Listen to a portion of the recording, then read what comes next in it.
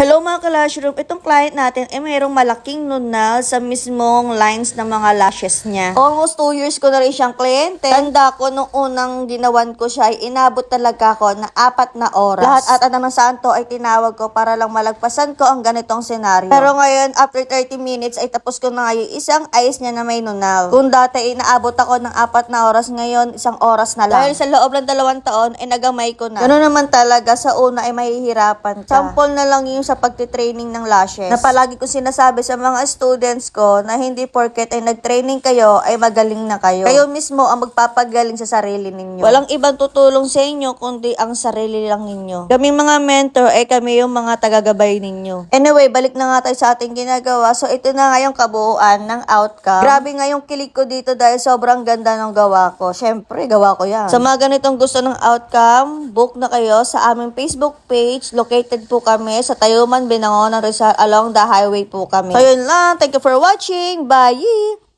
Mwah!